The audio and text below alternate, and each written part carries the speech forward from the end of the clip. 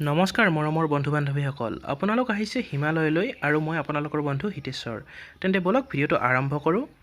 আজি আমি চতুৰ্থ শ্ৰেণীৰ পাঠ্যপুথি আমি আৰু আমাৰ পৰিৱেশৰ ৬ নং পাঠ উদ্ভিদ আৰু পৰিৱেশৰ প্ৰশ্ন উত্তৰসমূহৰ বিষয়ে আলোচনা কৰিম। তেন্তে মৰমৰ ছাত্ৰ ছাত্ৰীসকল সকলোৱে বহী কলম উলিয়াই লৈ প্ৰশ্ন উত্তৰসমূহ লিখি ল'বা বুলি আশা ৰাখিলোঁ।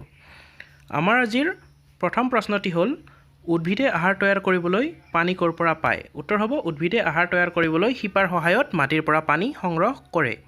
আমাৰ দ্বিতীয় প্ৰশ্ন, উদ্ভিদৰ কোন অংশই মাটিৰ পৰা পানী শুহি লয়? উত্তৰ হ'ব, উদ্ভিদৰ শিপাই মাটিৰ পৰা পানী শুহি লয়। এইবাৰ আমাৰ তৃতীয় প্ৰশ্ন অৰ্থাৎ গ নং প্ৰশ্নটিলৈ আহিছোঁ, উদ্ভিদৰ পাতৰ কাম কি? উত্তৰ হ'ব, উদ্ভিদৰ পাতৰ কাম হ'ল উদ্ভিদজোপাৰ বাবে খাদ্য প্ৰস্তুত কৰা। এইবাৰ আহিছোঁ ঘ নং প্ৰশ্নটিলৈ, কি কাৰ্যত প্ৰাণী আৰু উদ্ভিদ পৰস্পৰৰ ওপৰত নিৰ্ভৰশীল? উত্তৰ হ'ব, উশাহ নিশাহ লোৱা কাৰ্যত প্ৰাণী আৰু উদ্ভিদ পৰস্পৰৰ ওপৰত নিৰ্ভৰশীল।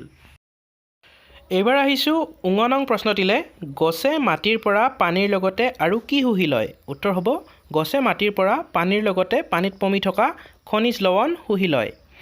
এইবাৰ আহিছোঁ ছ নং প্ৰশ্নটিলৈ, উদ্ভিদে কেনেকৈ পৰিৱেশৰ ভাৰসাম্য ৰক্ষা কৰে? উত্তৰ হ'ব, উদ্ভিদে প্ৰাণীয়ে নিশাহত এৰি দিয়া কাৰ্বন ডাই অক্সাইড গেছ শুহি লৈ অক্সিজেন গেছ বায়ুমণ্ডললৈ এৰি দিয়ে আৰু ইয়াৰ ফলত পৰিৱেশৰ ভাৰসাম্য ৰক্ষা হয়।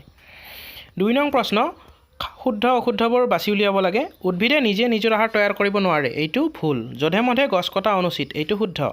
উদ্ভিদে বায়ুমণ্ডলৰ অক্সিজেন আৰু কাৰ্বন ডাই অক্সাইড গেছৰ ভাৰসাম্যতা ৰক্ষা নকৰে, এইটো ভুল। এইবাৰ আহিছোঁ ৩ নং প্ৰশ্নটিলৈ, খালী ঠাই পূৰ কৰা। ক, সূৰ্যৰ পোহৰত পাতে আহাৰ তৈয়াৰ কৰে। খ, পাতত হৰিতকণা থকা বাবে এইবোৰ সেউজীয়া বৰণৰ হয়। গ, উদ্ভিদক জীয়াই থাকিবলৈ আৰু ডাঙৰ দীঘল হ'বলৈ আহাৰ লাগে। ঘ, পাতে এৰি দিয়া অক্সিজেন গেছ প্ৰাণীবোৰে উশাহত লয়। আৰু ঙ, বেছিকৈ গছ গছনি ৰুব লাগে। এইবাৰ আহিছোঁ ৪ নং তথা শেষৰ প্ৰশ্নটিলৈ, উদ্ভিদে আহাৰ কেনেকৈ তৈয়াৰ কৰে? উত্তৰ হ'ব, উদ্ভিদে শিপাৰ সহায়ত মাটিৰ পৰা পানী আৰু পানীত পমি থকা খনিজ দ্ৰব্য বা খনিজ লৱণ আহৰণ কৰি পাতত থকা পত্ৰহৰিত বা হৰিতকণাৰ জৰিয়তে বায়ুমণ্ডলৰ পৰা কাৰ্বন ডাই অক্সাইড গেছ গ্ৰহণ কৰি সূৰ্যৰ পোহৰত আহাৰ তৈয়াৰ কৰে আৰু এই প্ৰক্ৰিয়াৰ দ্বাৰাই অক্সিজেন গেছ বায়ুমণ্ডললৈ এৰি দিয়ে। এইবাৰ শেষত আহিছোঁ গৃহ কাৰ্যলৈ, এখিলা পাতৰ ছবি আঁকি ৰং বোলোৱা। মৰমৰ ছাত্ৰ ছাত্ৰীসকল, তোমালোক সকলোৱে নিজৰ ঘৰত এখিলা পাতৰ ছবি আঁকি তাত নিৰ্দিষ্ট ৰং বোলাই হোৱাটছআপ গ্ৰুপত দিবা বুলি আশা ৰাখিলোঁ। এতিয়া তোমালোকৰ পৰা বিদায় লৈছোঁ, পুনৰ অহা পাঠত লগ পাম।